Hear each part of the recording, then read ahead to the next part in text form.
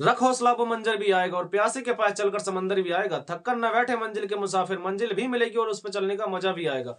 Hello दोस्तों, मैं हूं प्रेम और आपके अपने यूट्यूब चैनल यूपी वाइज वाला में आप सभी का स्वागत है। जैसे कि आप सभी को पता है कि मैं आपको 1905 से 1950 तक की जितनी भी तारीख है उनमें जो भी क्वेश्चन बन रहे हैं वो सब क्वेश्चन की एक सीरीज मैंने स्टार्ट की है, जो कि उसकी आज ये दूसरी वीडियो है।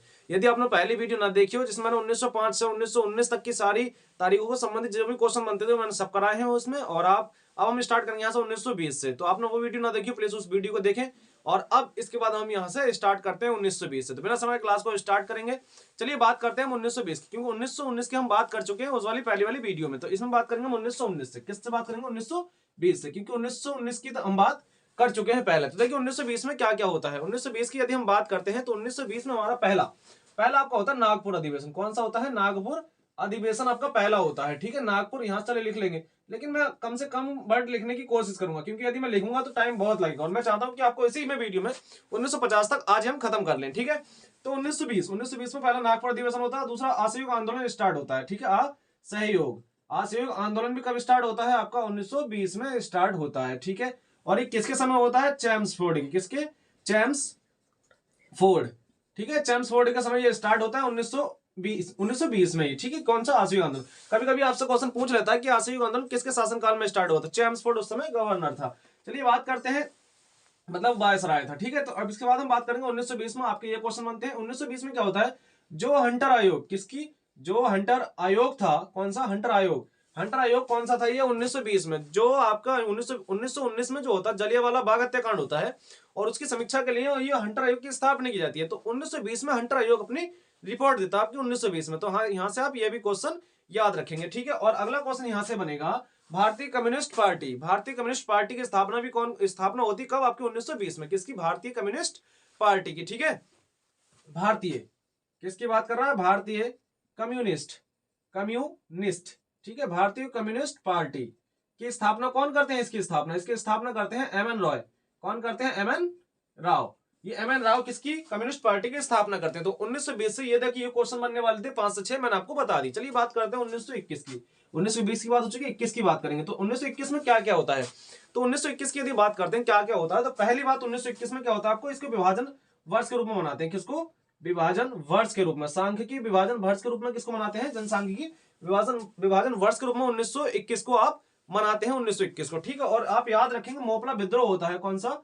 मोपला मोपला विद्रोह भी कब होता है आपका? ये भी 1921 में होता है। कौन सा? मोपला विद्रोह। तो ये थे आपके 1921 से दो क्वेश्चन। ठीक है, अब इसके बाद हम बात करेंगे 1922 की। किसकी बात करेंगे? 1922 की। 1922 की बात कर लेते हैं। देखिए 1922 में क्या हुआ था। किसकी बात आ गई? 1922 की। यहां से याद रखेंगे 1922 की। तो 1922 में क्या क्या होता है? देखिए पहली बात 1922 में जो 1920 में असहयोग आंदोलन स्टार्ट हुआ वो यह खत्म हो जाता है। खत्म होता है। खत्म क्या होता है आपका? असहयोग आंदोलन। असहयोग असहयोग आंदोलन। असहयोग आंदोलन खत्म कब होता है आपका? 1922 में। ठीक है, और 1922 में आप याद रखेंगे कि 1922 में क्या हुआ था। 1922 में आपका चोरी चोरा कांड होता है। कौन सा? चोरी चोरा। ठीक है, तो चोरी चोरा कांड कब होता है? ये भी आपका 1922 में होता है आपका चोरी चोरा कांड। तो यहां से आप इसको भी याद रखेंगे। ठीक है, 1922 में ये कब होता है? आपका होता है 4 से 5 फरवरी। ठीक है, 4 से 5 फरवरी आप इसको लिख लेंगे। कभी कभी आपसे डेट ही पूछ लेता है। ठीक है, तो ये आपके भी थे 1920, 21, 22। अब बात करते हैं 1923 की। चलिए यहां लिख लेते हैं हम 1923 को। किसको लिखेंगे?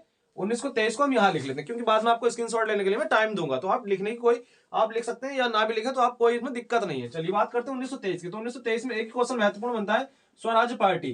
कौन से? स्वराज पार्टी। ठीक है, स्वराज पार्टी की स्थापना होती है और इसकी स्थापना करते हैं मोतीलाल नेहरू। कौन? मोतीलाल मोतीलाल। ठीक है, मोतीलाल नेहरू इसकी स्थापना करते हैं और इनके साथ कौन होते हैं? चित्तरंजन दास। ठीक है, चित्तरंजन दास। तो आप इनको भी याद रखेंगे। ठीक है, मोतीलाल नेहरू और सी चित्तरंजन दास, मतलब चित्तरंजन दास इसकी स्थापना करते हैं। किसकी? 1923 से ये क्वेश्चन बनना था। अब बात कर लेते हैं हम 1900, यहां से बात करेंगे क्या? यहां से बात करेंगे हम 1924 की। किसकी बात करते हैं? 1924। देखिए 1924 में क्या होता है? 1924 में पहला आपका बेलगांव अधिवेशन होता है। कौन सा? बेलगांव अधिवेशन होता है आपका 1924 में। कौन सा अधिवेशन होता है आपका? बेलगांव अधिवेशन होता है 1924 में। और ये कहां था? ये आपको कर्नाटक में था। कहां? कर्नाटक में। और इसकी अध्यक्षता करते हैं गांधी जी। कौन करते हैं इसकी अध्यक्षता? गांधी करते हैं। 1900 गांधी जी इसकी स्थापना करते हैं। कब? 1924 का बेलगांव अधिवेशन था कर्नाटक का। और गांधी जी जब यहाँ आ ही गए गांधी जी, तो एक क्वेश्चन आपका 1920 में बनेगा गांधी जी से। इसमें क्या होता है, जो असहयोग आंदोलन ये होता है असहयोग आंदोलन, ठीक है। इसमें क्या होता है, महात्मा गांधी अपने केसरी हिंद की उपाधि छोड़ देते हैं, मतलब त्याग देते हैं, ठीक है। तो यहां से क्वेश्चन ये भी बनेगा। तो 1924 में एक ही क्वेश्चन था महत्वपूर्ण, क्या था आपका 1924 में जो महत्वपूर्ण क्वेश्चन था कि बेलगांव अधिवेशन कब हुआ, तो ये 1924 में होता है। और इसकी अध्यक्षता कौन करते हैं, महात्मा गांधी। महात्मा गांधी ने पहले अधिवेशन की अध्यक्षता की थी 1924 का बेलगांव अधिवेशन, लेकिन सदस्य रह मतलब जो पहले अध्यक्षता किसने की थी, महात्मा गांधी ने 1924 के पहले अधिवेशन की अध्यक्षता की थी, ठीक है। 1925, चलिए पहले से मिटा देते हैं, उसके बाद हम बात करेंगे 1925, 26, 27 आगे बात करेंगे आगे, ठीक है। तो पहले हम बात कर लेते हैं, इसके मिटा लेते हैं, ठीक है। चलिए देखिए, अब हम बात करेंगे 1924 तक हम पढ़ चुके हैं, अब हम आ जाएंगे 1925 में। देखिए 1925 में क्या क्या होता है, तो बात करते हैं। चलिए 1925 में किसकी बात कर लेते हैं, 1925 की। देखिए 1925 जब आएगा तो बात करते हैं हम 1925 की। देखिए 1925 में होता है पहली बात, 1925 में क्या होता है, काकोरी ट्रेन एक्शन होती है, ठीक है। कौन सा आपका, काकोरी, ठीक है, ट्रेन एक्शन, ठीक है। काकोरी ट्रेन एक्शन कब होता है आपका, काकोरी ट्रेन एक्शन आपका 9 अगस्त 1925 को होता है, डेट भी लिख लेंगे इसकी 9 अगस्त, ठीक है। 9 अगस्त 1925 को क्या होता है आपको, काकोरी ट्रेन एक्शन होता है 9 अगस्त 1925 को। और 1925 में क्या होता है आपको, कानपुर अधिवेशन होता है। कौन सा आपका, कानपुर अधिवेशन होता है कांग्रेस का। कानपुर अधिवेशन कब होता है आपका, 9 अगस्त 1925 को ही क्या होता है आपका, काकोरी 9 अगस्त 1925 को कानपुर अधिवेशन होता है। तो आप इसको भी बिल्कुल इजिली याद रखेंगे, ठीक है। और इसकी अध्यक्षता कौन करते हैं, सरोजिनी नायडू। तो नायडू लिखेंगे डायरेक्ट, इसके अध्यक्षता कौन करते हैं, नायडू। तो सरोजिनी नायडू, और सरोजिनी नायडू ये पहली भारतीय महिला थी जिसने कांग्रेस अधिवेशन की अध्यक्षता की थी। पहली महिला आपके एनी बेसेंट हो जाएंगे, जो कि कलकत्ता अधिवेशन था आपका 1907 का, सॉरी 1917 का, ठीक है। तो आप वहां से याद रखेंगे। और लेकिन पूछा का पहली भारतीय कौन थी, तो वो आपके सरोजिनी नायडू थी, ठीक है। चलिए बात करते हैं 1925 की बात होगी। 1926 में ऐसा कुछ है नहीं, 27 में भी नहीं है। आज 27 में क्वेश्चन बनता है 27 से। 27 में देखो क्या क्वेश्चन बनता है, 27 में बनता है कि साइमन कमीशन का गठन, साइमन कमीशन, ठीक है। साइमन कमीशन का गठन होता है, किसका, साइमन कमीशन का गठन कब होता है आपका, 1927 में साइमन कमीशन का गठन होता है। अब ये जो साइमन कमीशन है ये आपका भारत आता है, कहां भारत आया, ये भारत आता है आपका 1928 में। कब आता है, भारत 1928 में आता है, ठीक है। तो साइमन कमीशन गठन कब होता है, गठन तो आपका हो जाता है 1927 में, लेकिन ये भारत आता है आपका 1928 में। तो याद रखेंगे, जो 1928 आप लिख लेते हैं, इसके जो क्वेश्चन बनने वाले 1928 है। देखिए 1928 से क्या क्वेश्चन बनेगा, पहला क्वेश्चन आपका बारदौली सत्याग्रह, बारदौली सत्याग्रह। तो ये बारदौली सत्याग्रह कब होता है आपका, 1928 में होता है। और इसकी अध्यक्षता करते हैं सरदार वल्लभ भाई पटेल। कौन, सरदार वल्लभ भाई पटेल इसकी अध्यक्षता करते हैं, किसकी, जो आपका बारदौली सत्याग्रह होता है, ठीक है। 1928 में, 1928 में क्या होता है, साइमन कमीशन भारत आता है। कौन, साइमन कमीशन, ठीक है। साइमन कमीशन कहां आता है, आया भारत आया, ठीक है। और जब साइमन कमीशन भारत आता है तो क्या है, जब साइमन कमीशन भारत आता है तो साइमन कमीशन का भारत में विरोध किया जाता है। तो विरोध करने के बाद क्या होता है, जब विरोध किया जाता है तो उसमें क्या होता है, विरोध करने में क्या होता है कि जो लाला लाजपत राय थे उनकी लाठी लगने के कारण मृत्यु हो जाती है, ठीक है। तो आप ये भी याद रखेंगे। तो साइमन कमीशन के आने से किसकी मृत्यु होती है, लाला लाजपत राय की, जो कि इसका साइमन कमीशन का विरोध कर रहे थे, ठीक है। 1928 में और ऐसा कुछ है ही नहीं जो। और चलिए बात करते हैं 1928 में एक क्वेश्चन और बनता है आपका 1928 से, याद आ गया, नेहरू रिपोर्ट, ठीक है, बहुत महत्वपूर्ण है नेहरू रिपोर्ट। नेहरू रिपोर्ट कब आती है आपकी, 1928 में आपकी नेहरू रिपोर्ट भी आ जाती है 1928 में। तो ये थे आपके 1928 से। चलिए 1929 की बात करते हैं। तो 1929 में क्या हुआ था, यहां से ले लेते हैं 1929। देखिए 1929 में क्या होता है आपका, लाहौर अधिवेशन होता है। कौन सा, लाहौर अधिवेशन होता है, जिसकी अध्यक्षता करते हैं जवाहरलाल नेहरू। क्या होता है, लाहौर अधिवेशन होता है, जिसकी अध्यक्षता कौन करते हैं, जवाहरलाल नेहरू। और इस अधिवेशन में पहली बार मांग की गई पूर्ण स्वराज की, पूर्ण स्वराज। तो पूर्ण स्वराज की पहली बार मांग कब की गई, आपका लाहौर अधिवेशन से, आपका 1929 का था। और इस किसके, जवाहरलाल नेहरू की अध्यक्षता में, ठीक है। तो ये भी आप याद रखेंगे। चलिए इसको मिटाते हैं, फिर हम आगे बात करेंगे अगले क्वेश्चन की, ठीक है। क्योंकि देखिए अगर मैं यहां से लिखूंगा ना तो थोड़ा दिक्कत सी आई, क्योंकि देखो मैं यहाँ तो मैं चाहता हूँ कि आपको यहीं से मैं जो भी बताना है आपको बताता हुआ चलूं साथ साथ, है ना। तो मैं कम से कम टाइम में आपको ज्यादा से ज्यादा बातें, ज्यादा से ज्यादा क्वेश्चन बताने की कोशिश कर रहा हूँ। और यहाँ से आपको क्वेश्चन 99% आपको देखने को मिलेगा ही, इसलिए मैं आपको पहले यही टॉपिक करा रहा हूँ। तो हम कहां तक पढ़ चुके हैं, 1929 तक। 1930 में आ जाओ, किस में आ जाओ, 1930 में। तो 1930 में क्या होता है, देखिए 1930 में क्या होता है, सविनय विज्ञान आंदोलन स्टार्ट होता है 6 मार्च यहाँ 1930 में कौन सा स्टार्ट होता है आपका, दांडी यात्रा बोल सकते हैं, जो जो कि आपकी 12 मार्च, ठीक है, 12 मार्च से 6 अप्रैल, 12 मार्च 1930 से 6 अप्रैल 1930 तक। कब? 6 अप्रैल 1930 तक ये यहां तक चलती है, ठीक है, नमक्कर के लिए, नमक के विरोध में, ठीक है। तो दांडी यात्रा लिख सकते हैं हम, दांडी यात्रा, ठीक है। ये कब होती है आपकी? और इसे क्या बोलेंगे? सविनय अवज्ञा आंदोलन भी इसी को ही बोलेंगे, सविनय अवज्ञा आंदोलन, ठीक है। तो ये भी कब स्टार्ट होता है आपका? 1930 में स्टार्ट होता है, ठीक है। 1930 में क्या होता है? फर्स्ट मतलब पहला गोलमेल सम्मेलन, ठीक है, गोलमेल सम्मेलन, ठीक है। तो पहला गोलमेल सम्मेलन में कब स्टार्ट होता है आपका? 1930 में पहला गोलमेल सम्मेलन स्टार्ट होता है। तो आप इसको भी बिल्कुल इजीली याद रख सकते हैं, ठीक है, क्योंकि ये देख, ये यहां से बहुत महत्वपूर्ण क्वेश्चन यहां से बन जाता है, ठीक है। और ये टाइम किसका चल रहा है? ये टाइम है इरविन का। किसका? इरविन का, ठीक है। तो अगर कभी आपसे पूछे कि सविनय अवज्ञा आंदोलन किसके समय हुआ, मतलब भारत का वायसराय कौन था, तो वो था आपका इरविन, ठीक है। तो आप इसको भी, इरविन को भी बिल्कुल एकदम अच्छे तरीके से याद रखेंगे। कौन था? इरविन का टाइम था, ठीक है। चलिए बात करते हैं 1931 की। तो 1931 की आइए बात कर लेते हैं। 1931 में पहला कराची अधिवेशन हुआ। कौन सा आपका? कराची अधिवेशन होता है आपका 1929 में। अध्यक्षता कौन कर रहे थे? सरदार वल्लभ भाई पटेल। तो पटेल ही लिख लेंगे डायरेक्ट, कोई दिक्कत नहीं, क्योंकि मैं आपको ओरल तो बता ही रहा हूं। तो आप, क्योंकि देखिए मैं यहाँ अगर कोई भी चीज लिखूंगा तो टाइम ज्यादा लगेगा, और मैं चाहता हूं कि कम से कम टाइम में आपको ज्यादा से ज्यादा मैं क्वेश्चन बताने की कोशिश करूं। तो 1931 में पहला ये होता है सरदार वल्लभ, कांग्रेस का अधिवेशन होता है, कराची अधिवेशन होता है, उसका सरदार वल्लभ भाई पटेल अध्यक्षता करते हैं। और 1931 में क्या होता है? दूसरा गोलमेल सम्मेलन होता है, दूसरा गोलमेल सम्मेलन, ठीक है, गोलमेल सम्मेलन, ठीक है। दूसरा गोलमेल सम्मेलन कब होता है आपका? 1931 में होता है, ठीक है। और इसी अधिवेशन में मतलब कांग्रेस पहली बार भाग लेती है। तो इसकी तरफ से कौन गए थे? महात्मा गांधी ने पहली बार भाग लिया, ठीक है, भाग लिया, महात्मा गांधी ने भाग लिया, ठीक है, भाग लिया। तो और यही क्या होता है? गांधी इरविन समझौता होता है। 1931 में क्या होता है? गांधी इरविन, ये गांधी और इरविन, गांधी इरविन समझौता कब होता है आपका? गांधी इरविन समझौता भी आपका 1931 में होता है। और इसी के बाद क्या होता है? महात्मा गांधी गोलमेल सम्मेलन में भाग लेने के लिए चले जाते हैं। और ये पहला अधिवेशन था जिसमें कांग्रेस ने भाग लिया। और अगर अभी आपसे क्वेश्चन पूछे कि ऐसे मतलब ऐसा कौन व्यक्ति है जिसने तीनों गोलमेल सम्मेलन में भाग लिया, तो वो थे भीमराव अंबेडकर जिन्हें इन तीनों गोलमेल सम्मेलन में भाग लिया था, ठीक है। तो आप यहां से ये भी याद रखेंगे। इसके बाद 1931 की बात हो चुकी है। अब बात करते हैं 1932 की। तो यही लिख लेते हैं 1932 को, यही कंप्लीट करते हैं 1932 को। देखिए 1932 में क्या होता है? 1932 की बात आ गई तो 1932 में पहली बात आपका तीसरा गोलमेल सम्मेलन होता है। कौन सा? तीसरा गोलमेल सम्मेलन। कब? 1932 में आपका तीसरा गोलमेल सम्मेलन हुआ। पहला क्वेश्चन। दूसरा क्वेश्चन यहां से बनेगा पूना पैक्ट। कौन सा होता है आपका? पूना पैक्ट होता है, जो कि महात्मा गांधी और भीमराव अंबेडकर के बीच होता है, यरवदा जेल में पूना पैक्ट होता है, ठीक है। तो आप यहां से इसको भी याद रखेंगे, बिल्कुल इजी है आपका। और इसके बाद हम बात करते हैं अगला क्वेश्चन यहां से क्या बनेगा? अगला क्वेश्चन यहां से बनेगा सांप्रदायिक प्रचंड, सांप्रदायिक। इसके बाद अगले क्वेश्चन की हम बात करते हैं। तो अगला क्वेश्चन यहां से बनेगा सांप्रदायिक प्रचंड, ठीक है, सांप्रदायिक प्रचंड, ठीक है। तो आप यहां को बिल्कुल भी, ये भी कब होता है और कौन कौन करता है इसको? रैमजे मैकडोनाल्ड की अध्यक्षता में, ठीक है। तो इसको भी आप याद रखेंगे, ठीक है। चलिए अब बात करते हैं हम 1932 तक की हम बात कर चुके हैं, इसे मिटाते हैं और उसके बाद में हम आगे बात करते हैं।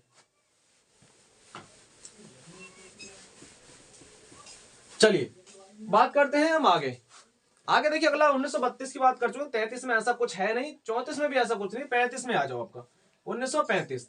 तो 1935 में आपका क्या आता है? भारत शासन अधिनियम आता है आपको 1935 में। भारत शासन अधिनियम मतलब एक्ट, एसीटी, जहां पे एसीटी लिखूंगा आप समझेंगे एक्ट है ये, ठीक है, मतलब अधिनियम है एक, ठीक है।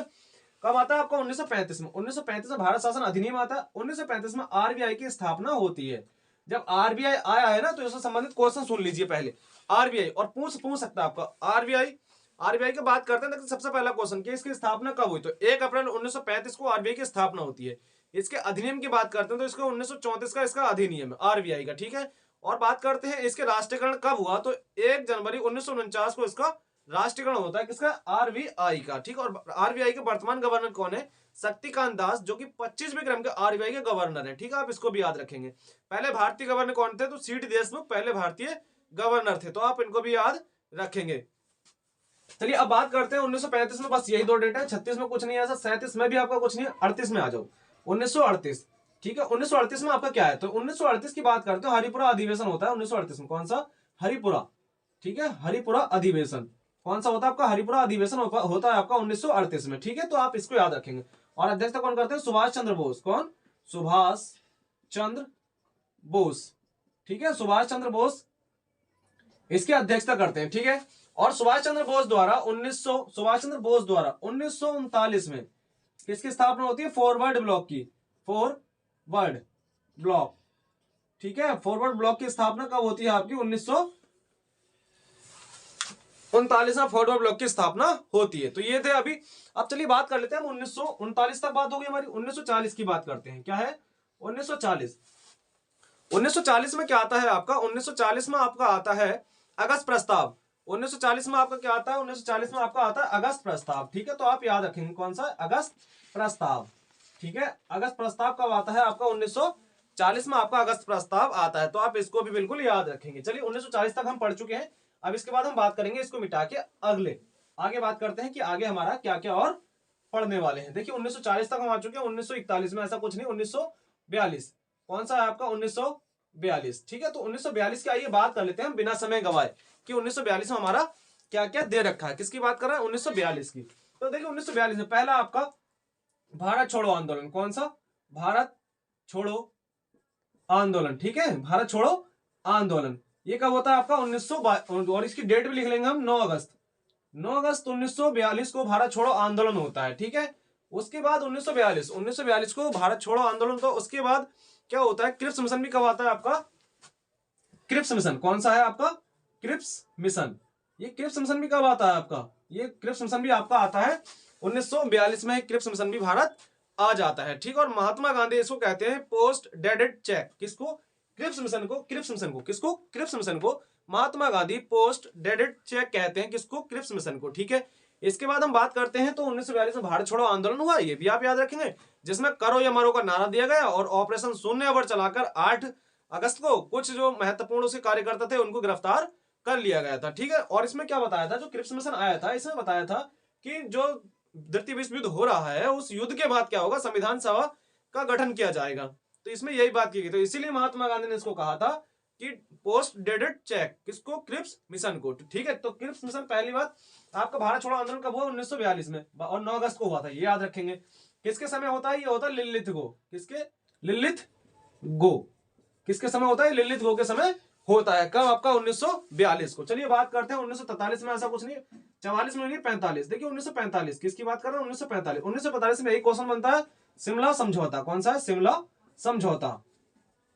ठीक है तो शिमला समझौता आपका कब होता है? 1945 में आपका शिमला समझौता हो जाता है। तो आप इसको भी 1945 को भी बिल्कुल अच्छे तरीके से याद रखेंगे। ठीक है अब 1945 के बाद आ जाओ 1946। 1946 मोस्ट इंपोर्टेंट ईयर है 1946।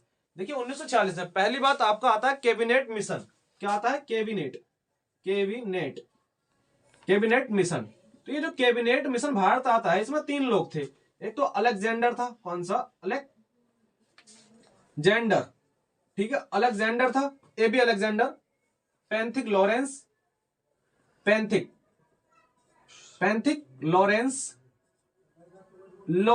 है पैंथिक लॉरेंस। और एक आपका था क्रिप्स। ये वही क्रिप्स है जो आपका 1900 जो क्रिप्स में से लेकर आया था 1942 में। ठीक है पैंथिक लॉरेंस और क्रिप्स।